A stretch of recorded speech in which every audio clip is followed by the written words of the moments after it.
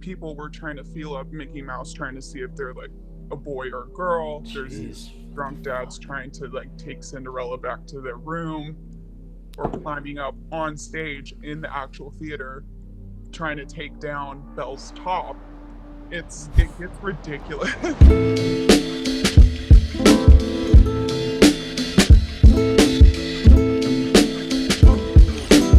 Welcome back to Other People's Lives. I'm Joe Santagato. I'm Greg Dybec. For anyone out there that wants to be a guest on our show, don't hesitate to reach out to us. You can hit us on our email, which is oplpodcast@gmail.com, or just go straight to our website, oplshow.com, and send us an email, and we'll go through it, and we'll get you on the show. Yeah, and if you guys want to get bonus episodes of the show while also helping support the show, you can head over to patreon.com/OPL show. So you'll get weekly behind the scenes bonus episodes. You'll help support the show, and you'll be part of our Helping Other People's initiative, where we donate a portion of the Patreon funds to a charity every single month. So check that out over on Patreon. And real quick, we want to hook you guys up with a discount code. You've probably heard of Pay the Price by now. It's the trivia party game that Joe and I came out with. You can go to paythepricegame.com right now. Check that out. Use the promo code OPL at checkout for 15% off. Makes a good gift, and it's perfect for game night. So check that out. All right, so let's jump into today's episode. We're going to be speaking with a woman who is a Disneyland character performer. So basically, yeah, one of the people who dress up like Jasmine or Mickey or the genie, or I don't know. I just named 2 Aladdin characters because that is the best Disney movie. But I'm excited. Joe and I love these episodes where we get to sort of pull back the curtain and learn about the ins and outs of a really interesting job that, people don't really think of what kind of goes into it, or honestly, probably how people even end up in these roles. It kind of feels like we're being told a secret. So super excited to learn more, and we've got the guest on the line. So thanks for reaching out and being on the show today. Yeah, thank you so much for having me. I'm really excited. Yeah, so I guess to set the scene here, can you just explain exactly to everyone what the job of a Disneyland character performer is and what jobs you've held specifically? Okay, so basically a character performer is the person that is in a fully costumed costume. It's usually just all fur. We call the princesses face characters because they are the only ones that show their face. And our character performers are completely covered from head to toe. Okay, so not like Jasmine then. I was wrong. No, not like Jasmine. So Some of them do both, but... How did you kind of go about this? Because I know, I don't know, for some reason, I don't know why I know this, but I feel like a lot of people that work in the Disney parks are like sometimes from other countries or something, right? Yeah, sometimes. The company will most of the time provide a work visa if they're hiring you from a different country. So Tokyo, for example, Tokyo Disney, they will hire specifically from America and provide you with all your work visas. Same with like Paris and Hong Kong, they'll do that as well. Cruise line just hires from all over the world. Just depends on how bad they want you. So how did you end up getting into this? Because I imagine, maybe I'm assuming a little here, but I think a lot of people might look at this role like, yeah, maybe it could be fun, but also this could be a lot of work, or you probably end up seeing a lot of shit throughout your day, just being surrounded by that many people and kids. And like for me, just the idea of horror stories kind of comes to mind. So I guess what attracted you, to this role, and how did you get into it? So initially, I think anybody who goes to one of these auditions has no idea what they're getting themselves into.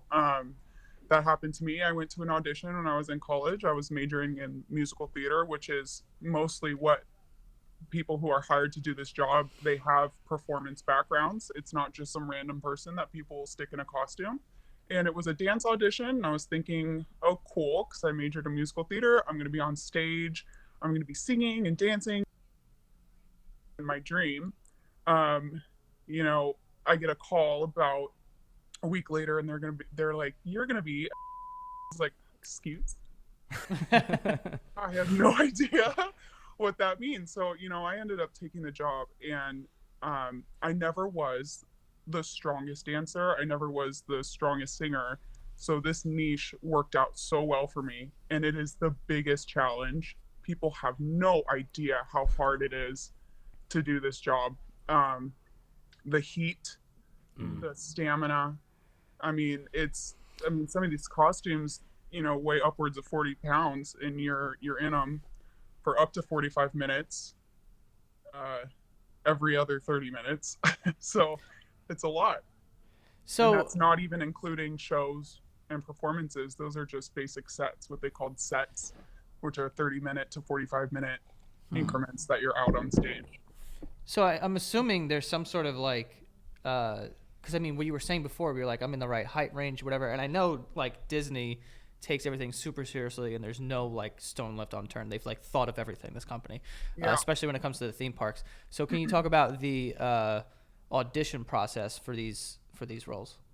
Okay, so it's they're essentially cattle calls. There is a ton of people in a very small dance studio, um, and they say, "Hi, this is what you're auditioning for, and here's the dance. Learn it, and then we're gonna film you, and then we're gonna call out your number if you make it." The first audition I went to, they lined us all up, and they went down the line, and they were like, "No, yes, yes, no, no," depending on what you look like. Wow. Yeah, it was pretty intense, and I had no idea. Like, that was the first quote unquote professional audition I'd been to. It was just, before that it was just like, community theater kind of stuff. I had no idea how specific this typecasting was for Disney specifically, and they call it the Disney difference or the Disney detail, because they look at every single thing on you, about you, to essentially judge to see if you fit a specific role. So this is very much as real as any audition gets. Like when people think of, even just a sort of typical Hollywood audition of, show up if you kind of fit this type. And does it feel like that when you're there? Are you kind of looking around at everyone as, well, this is my competition and I have to perform to the best of my abilities? Yes and no. So there's people that'll show up that are completely out of the height range. They're different skin tones. So you're like, that isn't my competition, because I'm not the same role as they are, or would be the same role as they would be. So with the people who are in my height range and have my skin tone or my hair color and eye color, because they look at those things too, even if you are wearing wigs, then it gets really cutthroat. There's actually a lot of people who will try to like really mess with you at auditions to try to get the spot ahead of you. Mm-hmm. So it gets nasty sometimes. This would be a great premise for like a TV show or a movie, I feel. It feels like one of those. I say that all the time. I always am like in the break room going, if there was a camera crew that followed us around, we would all be millionaires, because this is ridiculous. Or just, yeah, like literally a documentary, because it's funny because we just see, also Joe, huge Disney guy. You've definitely interacted with him in person before, I'm sure. He probably got your autograph when you were... But, we're only seen with just that glimpse of we know there's a body in that costume, and we know it's probably not the easiest work, but that's it. You move on. There's so many people in costume. There's just so much to take in when you're there. So it's just crazy to think, even already just hearing like the audition process of how much goes into it and how many people even just didn't even make it to that point. Yeah. It's and process. I didn't even think about the heat, because I mean, in Orlando it's like brutal, even when you're wearing, like, I'm wearing a t-shirt and shorts, so I can't imagine just wearing like 40 pounds of something, walking around with that. Is there no like fans or something inside of these things? I heard that coming. It's like the first question that I get asked when I tell people what I do. There is no fan. There's no fan. There's no ventilation. Wow. There's nothing in there. If you choose to, you can have like an ice vest only in certain costumes. And I have not met a performer that chooses to wear those, because believe it or not, when you have that contrast, you sweat more. So Lately it's been kind of cold here, and it makes the job a lot harder because not only is it like steamier in the costume, you sweat a lot more, but your lenses and your eyes will fog up, and you can't see where you're going. It's like really annoying. We call it glaucoma. So there's a lot of aspects that go into like what like so we have scuba defog that we use to make sure that we wipe on the lenses before we go out so that we don't fog up, and it's like works like 70% of the time. Wow. So when you got that call, you assumed maybe it would be for like a dancing position, kind of in shows on stage. When they told you that you'd be the perfect, how did you feel, and what pushed you to say yes? It was the best decision that I could make, and I mean, yeah, that's pretty much it. Just anything performance I love dearly, and only since that first job offer my love for character work has really grown into like a career and a passion, because now I've been doing it for about 10 years. So Wow. That's so cool. Is there any like rules when you're in these roles? Like, is there? I saw a video. It went viral recently of a guy he was like guest on, and some girl like pretended to grab his pecs, and he was like very adamant about get the fuck out of here, dude. Like he was like really pissed off. So I assume there's some rules like that. Like I don't know if I'm making this up, but if you're wearing like a full kind of costume, like are you allowed to speak? No, No not talking. even a little bit. You can make one noise, and it's called the character kiss, and it sounds like this. Got it. Interesting. Basically like a mouth pop. Yeah. And yeah, that I saw that video. I know exactly who you're talking about. It is a daily thing, being harassed. Yeah, and I think, I'm glad you bring that up. That's obviously something that we want to move into, because that is, I assume, one of the biggest obstacles of this job. I mean, it's really cool to hear you as well. Like, it seems like that the interest that you have for this and the fulfillment to perform, and knowing the toll it takes, and it's not an easy job, and it takes a certain type of person to be able to pull that performance off, and every time is essentially a new performance. And that's so awesome, because obviously it's such a magical experience for so many people and so many kids. But yeah, are you just getting like punched and kicked and spit on, or like, I don't know, are we exaggerating, or like what are you dealing with physically? Yeah, just about all of those things has happened to every single character performer I've ever met. The females get it the worst, I would say. There's you're just allowed to drink all day long, and dads get a little naughty. Jesus. Yeah, and they tried to. We had like incidents where people were trying to feel up Mickey Mouse, trying to see if they're like a boy or a girl. Jeez. There's drunk dads trying to like take Cinderella back to their room, or climbing up on stage in the actual theater, trying to take down Belle's top. It gets ridiculous. It's true. It gets ridiculous, and it's a daily thing. It's a daily 100% a daily thing. Like today, for example, we had a kid that was just like swinging and like throwing punches at the characters as they walked by, and it's just like, but for why? Why are you doing this? Yeah, like this is a happy place. Yeah. You're supposed to be magical here, and you're throwing punches, and get out. Even though when I was 7, I went there, I cried the entire time. But that's just me. But I'm gonna admit this here, and I apologize. And I've changed. I was at a Chuck E. Cheese when I was young, like maybe 10 or something, at a pizza party. Oh my God. No, he was walking by, and I tripped him. I tripped him hard, and he fell, and his mask fell off. Yeah, and like the kids went crazy. I felt it was the worst thing I've done in my life. That'll do it. So honestly, you've lived a pretty good life if that's the worst thing, but that's also pretty bad. I'm stunned. Yeah, well, I feel even worse now, like actually speaking to someone in a suit, in one of the suits. And what can you do? It's a kid. You can't just like get up and just like sock this kid in the eye or anything. You are not allowed to defend yourself. You can't do anything, because if you are even okay, so to put an example out there, there was a Pluto a long time ago that was being just pummeled by this kid, and he kicked him to get him off of himself, fired immediately. Wow.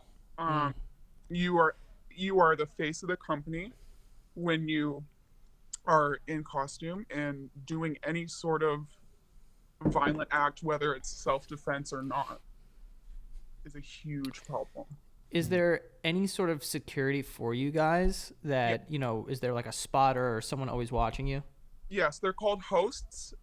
Some places they're called greeters, but they are essentially character bodyguards that are really nice people. They don't have like any equipment on them, but they're kind of like the voice for the character. Like they'll let the guests know, oh, we'll be back at this time, or no, you can't do this, or no, we can't take a picture with that, or just things like that. And if things get bad, the hosts are usually the ones that will take us off stage to keep us safe. Yeah. Oh my God, that must be so annoying too. I'm just thinking about, because you're not allowed to talk, so people are just probably coming up to you like asking you questions, and you're just like miming, like, "Hey man, I can't fucking speak," like like this is for the children, and then they're like, "Come on, what time?" And you're just like, "Okay, someone help me." Yeah, exactly. It is a huge game of charades, so you have to be like really creative in how you speak, quote unquote, to some people, and even the parents, man, like they Let it out. This is, if you can't speak at work, you can speak here. So go crazy. well, fuck these parents. Like they know, they are the people that are meant to know that you are a person in a costume, and yet some of the most ridiculous things are done by the parents. Yeah. Like whether it's if like we're doing a parade, people will push their like 2-year-old in front of you, but it's like, bro, we can't fucking see your kid. Yeah. You are pushing your kid into a death trap, because we are professionals and we know how to work the costumes, but that only works so many times. If we don't see you and we trample your kid, that's on you. Yeah. No, seriously. For real. Is there any rules about like, I mean, because you're taking pictures with children all day, like, are you like not supposed to touch the children? Because like I know people who like work in schools, like there's like a ton of rules now about like, don't hug children, hands on kids' backs, and like you can't hug kids or like whatever. Is there any sort of rules like that? So pre-COVID, we can hug, we can hold hands, and like basically you keep it professional, but the kids always want to like hug and high five and all that, which is we can do all that. However, when we take the pictures, both hands must be visible, your eyes must be facing the camera. There's like little things like that. Your body has to, you have to face your body forward. You can't be facing a certain way, and that's for specific reasons. Like we don't want to look like we're doing something wrong in any pictures. Yeah. Right. So yeah, we can't have if we're taking pictures, we can't have our hands behind anybody's back. Both hands have to be visible, so that nobody can be like, "Oh, Mickey Mouse grabbed my ass." Right. Yeah. Now with like all of this, there's a lot of rules, and it's fascinating how much you have to think about while also sweating your ass off, being on alert for your own safety, like managing this costume. But are you kind of under constant judgment? Like, what are performance reviews like? How do they kind of judge the work that you're doing? There's always somebody watching you. Always. There's people who are just paid to be in the park and watch people to see if they're slipping up, to see if you're not animating correctly, to see if you are giving enough energy, because you have to. If you're just dancing as yourself, you look great, but put a costume on it, all of that movement gets lost. So if you're not giving like 1,000% energy, the costume looks dead. And people are looking for things like that. Are you moving your head constantly? Because I don't know if you've ever thought about it, but if you see a character and they're not moving their head, it's the creepiest freaking thing. and then same with your arms. If your arms are down at your side, scary. Yeah. You cannot be still at any moment, because then you just look like a haunted doll.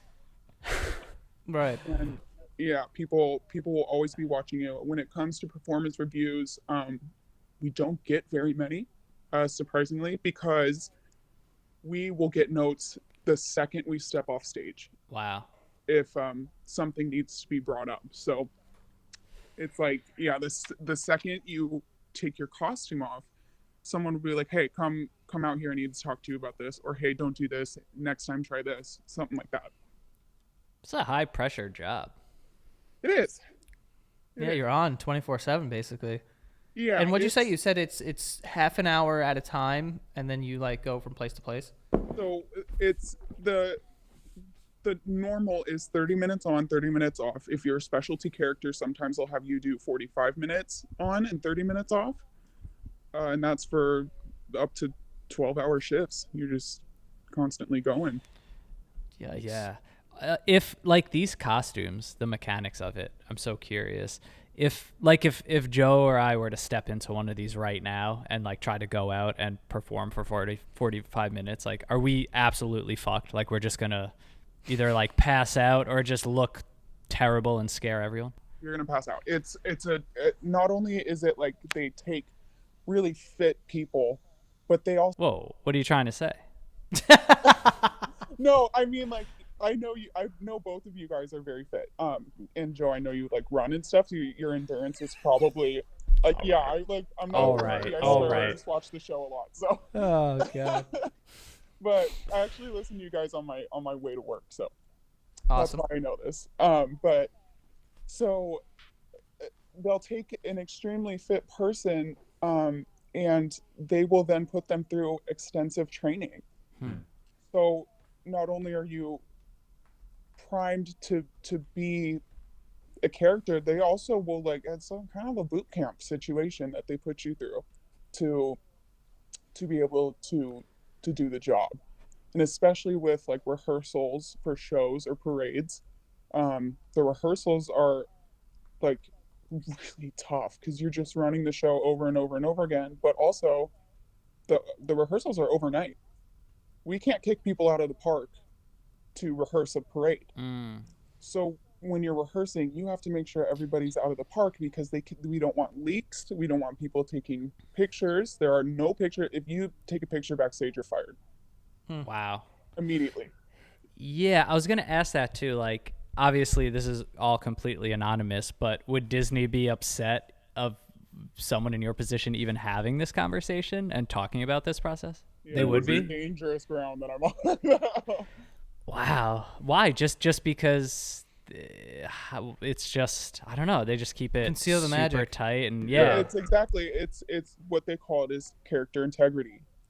Jasmine Right. isn't some lady that they hired. No, that's Jasmine. Yeah. So it's concealing the behind the scenes because the magic is real, and it's meant it's just meant it's protected. It's meant to be real so that people cannot say that they know anything about this company because it's just all real.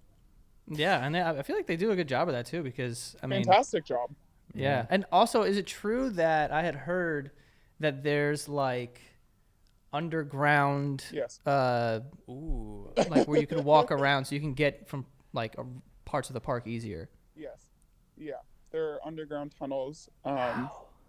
There are massive warehouses backstage. There are the backstage area of any of the parks, Walt Disney World, Disneyland, Tokyo, like 3 times bigger than the actual parks themselves. They are huge. Wow. And they nuts. need to transport things. They got to transport things. So no matter what part you're going to, a semi has to be able to make it through. Yeah. And you have to do it in secret. That's what's crazy. And you Yeah, and must dude, do think in about it, like, secret. I mean, I don't know if you've ever been to like Disney World or anything, but you don't see people like transporting anything. Doing anything that like Yeah, looks there's like work, nothing. right? Yeah, there's none of that. Because it's not happening. It's just Yeah. the park is just how it is. It's just magic. Yeah. You know, we got Tinkerbell toting in shit. For, Yeah. You know, it's like that's what they'll tell us to say. It's like, oh, what is that line above the castle? Oh, that's Snow White's laundry line. Like it's just it's like a bunch of like made up stuff so that no question can go unanswered. You cannot say I don't know. You just have to be a part of the show. Right. And do you guys get any like perks for working as these Yeah. characters? Yeah, so we get our discount for like going into the stores and stuff, but we can get ourselves and 3 other people into the park for free every month. Nice. Yeah, we'll text you when we're ready. Absolutely. Hell yeah. That's awesome. Well, on that note too, like personally, is the money good? Like, do you feel like it makes sense for the work that you're doing? No. So underpaid, I assume. 100% underpaid. We, for what we do, it's a slap in the face, and I understand. Okay, all right, hang on. So, This was the question. these bitches. So, okay, the princesses, they do a fantastic job, and we love them dearly. However, it doesn't make any sense for the princesses to make more money than the characters do, because what we do is like so fucking hard. So hard. And I'm not saying that the characters should, or the princesses should get paid less, but we should be paid for the physical aspects of the job and the danger of the job. Right. And you know, when you're getting like hit in the face and like felt up by like guests, it does get disappointing when you look at your paycheck and you're like, wow, I went through all of that, I got all this trauma for this amount of money. And sometimes it's not worth it, and then other times you have a good week and you're like, I'm never leaving, this is awesome. Yeah. But Disney should 1000% pay their performers more, because Disney relies on their performers. They rely, no matter what it is, Princess Parade, character performers, any department or any part of the entertainment department should be making more, because that's what they rely on to keep the parks entertaining. Yeah. If you guys like walked out or unionized, they'd be fucked. Oh. Any speak of union, and like people get like hit, like managers will like hear it from their offices, I swear. Like they get, yeah, and they like, oh man. Big Disney, man. They're on Big it. Disney, man, yeah. Yeah, they don't, it's like, it's the typical type of thing where the company needs you to survive but refuses to pay you what you're worth. Yeah. Do you know who the highest paid character is? Is that like a known thing amongst everyone? Like, is it like, ah, shit, here comes Jasmine, she's fucking making bank? No, so it's not. It's like if face characters, like, so a princess is a princess, they get paid the same, but it depends on what performance you're in. Like, I know parades makes a lot more, but they also work less hours, because if you're not allowed to like cross departments essentially, and the only people who make good money are the higher ups. So I mean, nobody in like the performance or entertainment department is like rolling in dough. We're there because we love the job. Yeah, I was gonna ask. You say you've been in there 10 years, and you're talking about how it's like not the most lucrative job in the world. So, what is the reasons that you've kind of stuck around for this long? It's not the money. It's the performance and the improv and the comedy, and like the actual difference that you do make with kids, adults. Like, for example, we had, like, this is stuck out in my mind because I think about this moment quite a bit. It's things like when people come into the park, like this woman comes into the park and she had just lost her daughter in a drunk driving accident, and her favorite character, the daughter's favorite characters were. So when we saw this woman, she's got tears in her eyes and she's telling us the story, and she just like kind of collapses in your arms. She's just crying, and just being able to be there for her and hold her, and she knows that it's a safe if it's a safe spot to do so, because no one's gonna judge her, no one's gonna like be mad at her. She's just letting it out because it's like those were her daughter's favorite characters, stuff like that. The Make-A-Wish kids that come in that you're never gonna see again. They're never gonna be back. It's like being able to make a difference for them, and the people who are in the park at the first time ever, showing them like this is what we do and we're proud of what we do. It's things like that that make the difference. It's the little things when you walk out and the kids are like, holy crap, it's Mickey Mouse. You're strutting, you're like, yeah, I'm fucking Mickey Mouse. Yeah, goddamn right, it's Mickey Mouse. Yeah. That could be definitely like an awesome feeling. Like I'm already thinking about like for Christmas, like I have brand new little nephews, and I'm like, I want to dress up as Santa Claus so bad. And I know like people have done that, for their nieces and nephews or whatever. And the feeling for that must be so good, and that's just like 2 people that you get once a year, but to do it every day. And like you said, first timers that go there and they're just like, whoa, because it is very like it's awe. impressive. Yeah, like it's like it truly is like a magical land. Like it's like crazy. So for a child, it's like, what is happening? Like this it must be really cool to see them like sort of light up. Yeah. And I think that's why people stay for so long. It's because it's this selfless people who stay and do the job, because it's like, this isn't for me anymore. It's for people who get something out of me walking out in this costume and like being just like completely in love with helping others. Yeah, and the association, like you're not just walking out as a person in a costume. You are Winnie the Pooh or whatever you are that day. Just means so much to certain people, like in their own lives. Like you said, with that woman or a child, it's just the joy, the connection, the comfort, the nostalgia, whatever it is. And it's probably a little different for everyone, which is so cool, but it is so special. And like you are embodying that for someone. Like you can't let them down in a sense, or else it could be like traumatic for a child. Yes. Yeah, there are times where performers do something and it's just like, no, you can't do that.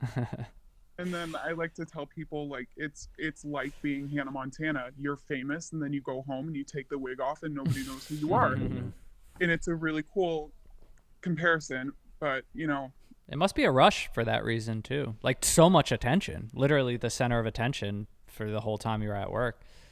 It's a cool feeling, not gonna lie. It's a cool feeling to be like literally famous, but then walk around like you're walking back to your car after work and you're like, look at all these people who don't know who the fuck I am. Yeah. Got no idea that I am Mickey Mouse. Idea. I'll go to Target and see like a stuffed and like a child like being like, Mom, look, and I'm like, you have no fucking idea. That's like, me, you little motherfucker. This little shit has no clue. It also does, like, it makes you hate children too. I can only imagine. I feel like that would also get old like pretty quickly too. I mean, as there is the the good side of being like helpful and what we just talked about, but also I assume there's just rotten children that are just like rotten. Yeah. I just went to Epcot, like Universal, like recently, and when I was on the plane there was a little girl who was, because the whole plane is filled with like families with their kids like going to Disney. And there was a little girl who was just like, I don't know what she was saying, but her mom's like, that's it, when we get to the hotel you're grounded. And she's like, no I'm not. Like she was just like going at her mom. I was like, oh my god, my dad would throw me out the exit. Like the first job I ever had with Disney, I was like, I will never have kids. I don't want kids. And no, for like it stuck with me this entire time doing character work. No matter what company I was working for, it was always the same shit, because going into parks where it costs this much money to get in, some people are really thankful and some people have like gratitude to be there, but the majority are these entitled people who there's people that will come up to like a character and be like, you work for me, you have to do what bitch, no, the Wow. fuck I don't. Yeah. I do not work for you. And people will forget that you are a person deserving of respect. And we're there to make them happy. And people forget that and they think that we're there to, Serve them. yes, Yeah. exactly. Yeah. Jeez. So When in reality, you got big Disney behind you being like, you step over that line and it's a wrap for you. These people are like, come over here to my birthday party real quick. And you're like, nah, dude. There's a reason why there's like a Disney jail. It's like, it's part of like keeping, like, because they do want to keep their cast members safe, but they also need the concealment of like nothing bad ever happens at Disney. So Yeah. nobody's ever been pronounced dead at the park because they take them off property to pronounce them dead. Nobody's ever died there, like, stuff like that. It's the concealment of what actually goes on. yeah, the whole thing just seems like just a huge balancing act, like from your job to the whole operation to, I guess everyone who works there in any position, they just have to just balance so much of stress, but the facade that you keep up and just everything. Exactly. And that's why every employee is called cast member, because it's all a show. It's all a show. Every single, no matter if you're in dining, if you're in like, customer service or like retail part of it, it's all janitor, all of it is a show. Wow. Yeah. I guess everyone's the face in a way. Crazy. And then, one of the last questions I had, like, are you super tight with the other performers? Is it like close knit? Is everyone taking this as seriously as they could possibly take it? Or is there like drama too? Like, is like Pooh sleeping with Tigger and Yeah. So, I mean, both, all of it, all of the above. So we are a really close knit family because we go through like some of the worst and some of the best things to ever happen to us all together. And, if somebody gets hit on stage, you go backstage and everybody's like, are you okay? What do you need? What can I get you? Because they know what it's like to be there and they don't want somebody else to suffer. And on the other end, God forbid you get one more show date than somebody else. Then it's like, it's my show. Oh my God. Like it gets catty. Yeah. It's like high school. It is like you can be best friends with somebody and then the next day they hate you for some shift that is not your fault. It's stupid. Are the characters in the park like as long as the park is open, or is that over before they close the park? From the second the park opens to the second the park closes, there are characters everywhere. Gotcha. Everywhere. And do you guys just kind of like hang around in the park and like just like get drunk afterwards or something? I know some cast members like to go into the park often. I don't. I've just been doing it for so long that I just don't have a desire to constantly be in Disney. I mean, the last time I was in the park was probably like a year ago.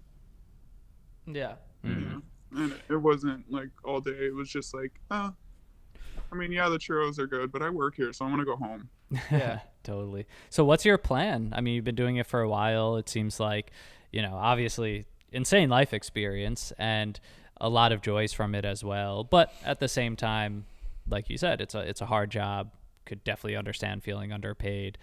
So what's your plan? Is it to stay there for a little while, chilling, different character work, or what? Yeah, so my plan is I'm there until the pot boils over, essentially. Like, it's gonna take that the worst experience of my life to get me to quit. I would like to keep going until my body says no, because I've given my 20s to this job, and I feel like I'm 80, and I want to keep going for as long as I can because I get so much joy out of it, through getting punched in the fucking face and all this other shit.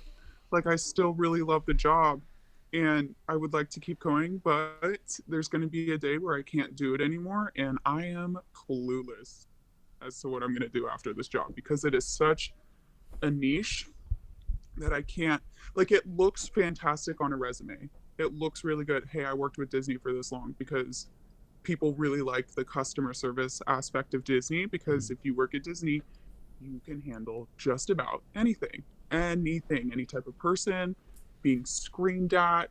It's like you can handle a lot, but it's like, where do I take that? Because I've been a performer and nobody does it like Disney. So I can't go to the next company. It's going to be like a career change, essentially. Right. Well, I mean, it's really cool to get a behind the scenes kind of look into this, and for a job also that could be overlooked for sure. So we appreciate you coming on and talking to us, and taking the time. Of course. Thank you so much for having me. It's always fun telling secrets. Yeah, and now we'll go snitch essentially and show everyone else, but completely anonymous. But yeah, no, I love this. It's so fun, so interesting, and cool to hear. Thanks for being real with us, and thank you. It seems like you have a thankless job, so thank you, because you're definitely bringing a lot of people joy and making memories that honestly people will never forget. So it's really cool. Oh, thank you. Next time you guys want to come down to Disney, just let me know and I'll get you guys a ticket. Yeah. All right. See you tomorrow. Just let me know. I like it. Just don't fucking hit me. All right. Cool. Thank you so much, and enjoy the rest of your day. Thanks. You guys too. Bye. Have a good one.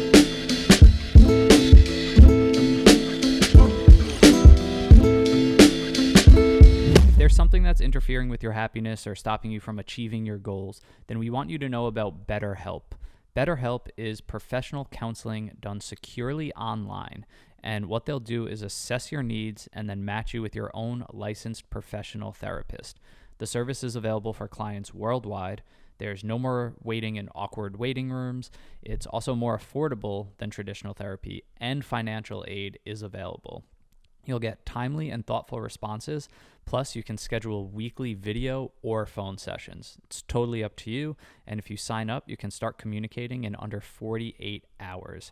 This podcast is sponsored by BetterHelp, and Other People's Lives listeners can get 10% off their first month at betterhelp.com/OPL. All you need to do is head over to betterhelp.com/OPL.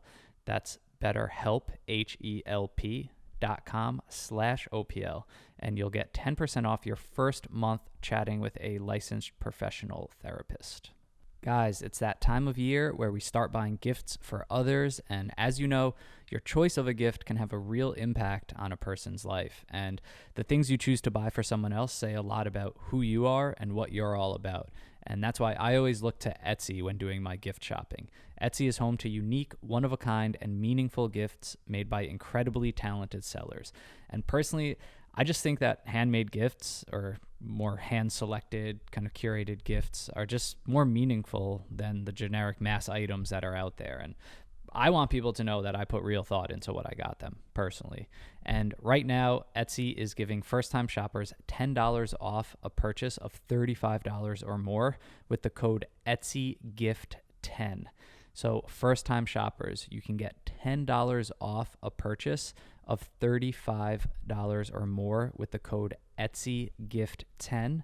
This offer ends December 31st of this year, 2021, and you can see the terms at etsy.com/terms. But it's the season, guys. Get a gift that really means something, and head over to Etsy, and if you're a first-time shopper, you get $10 off a purchase of $35 or more with the code ETSYGIFT10. All right, before we get to our final thoughts, we do have a sponsor on today's show, which is Truebill. Truebill is the new app that helps you identify and stop paying for subscriptions you don't need, want, or simply forgot about. And if you're anything like me, then you have a ton of these probably. Basically, we're signing up for things all the time, free trials that we forget to cancel, and we're just paying this. Maybe it's $1 even a month, or maybe it's like $5, and these things add up after a while. So with Truebill, they will help you identify these things and stop paying for the ones that you don't want to pay for anymore. On average, people are saving up to $720 a year. That's on average. So there's people who are saving more than that. So imagine another $700 in your pocket on average with Truebill, because some companies, they make it hard to cancel, or and you just don't have time for that. So let Truebill kind of do it for you. Their concierge is there when you need them to cancel unwanted subscriptions. It's great. And, don't fall for the subscription scams. Start canceling today at truebill.com/OPL. Again, that is Truebill, spelled TRUEBILL.com/OPL. It could save you $1,000 a year potentially. Okay, and who doesn't want an extra $1,000? So go to Truebill.com/OPL. Sign up and start using it. All right, it saved over 2 million users and helped them save over $100 million. I don't know the math on that, but that's a lot of money, folks. All right, so go check them out. Truebill.com/OPL.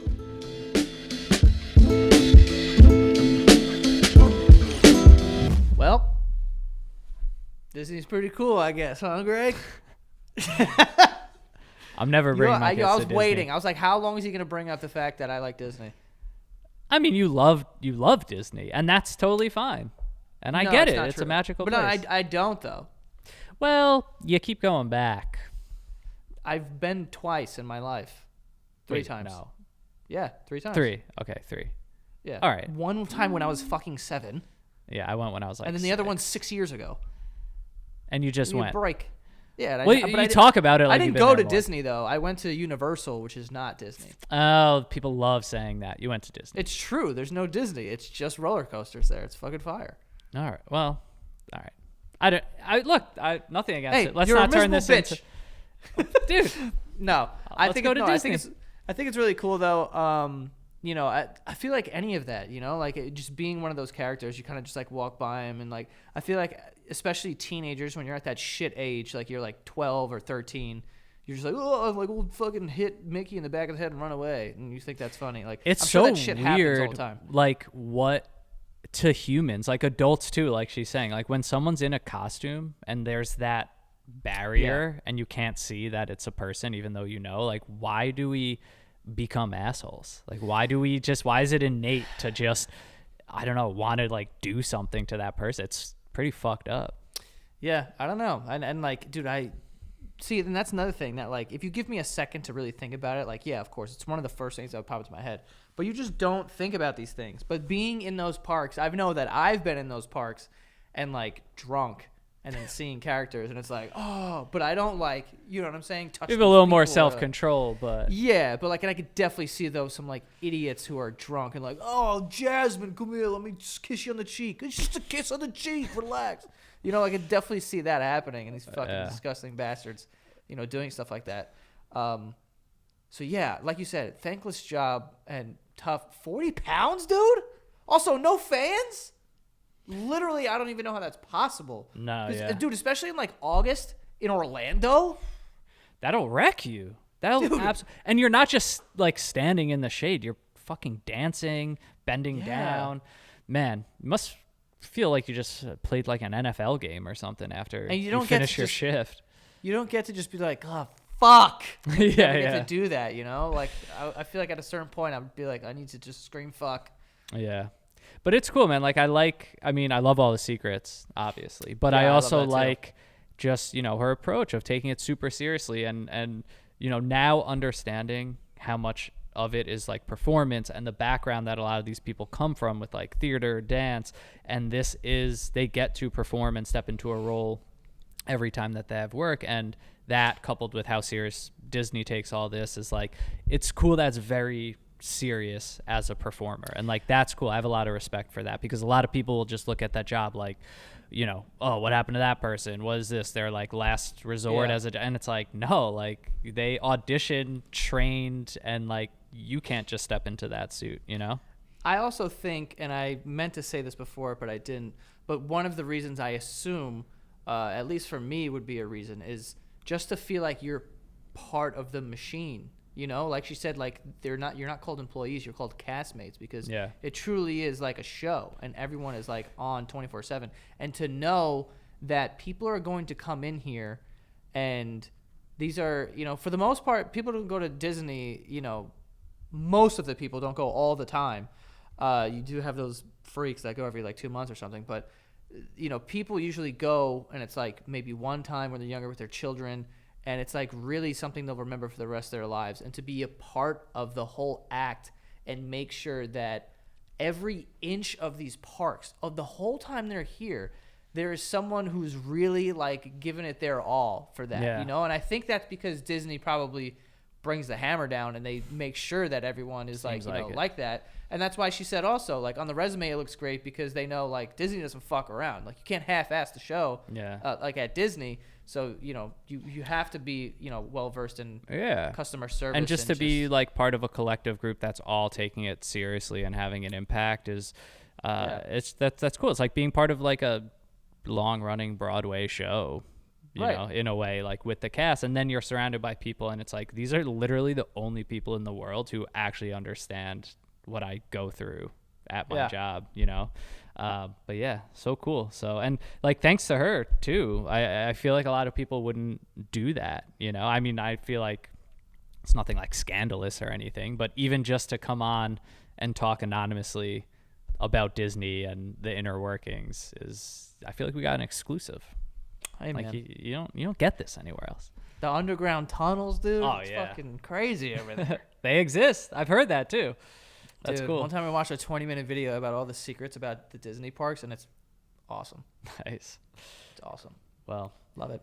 Love little secrets. Anyway, like I said earlier, for anyone out there that wants to be a part of the show, don't hesitate to reach out to us. You can hit our email, oplpodcast@gmail.com, or hit us up on our website, oplshow.com.